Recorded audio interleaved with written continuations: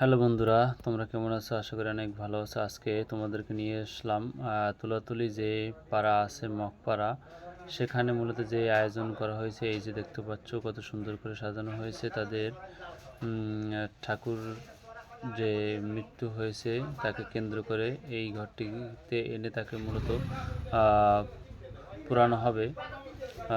এখন বর্তমানে আছেন সে, ওই যে দেখতে পাচ্ছেন বড় যে এই ঘরটি, সেখানে আরও অনেক ঠাকুরগণ আছেন।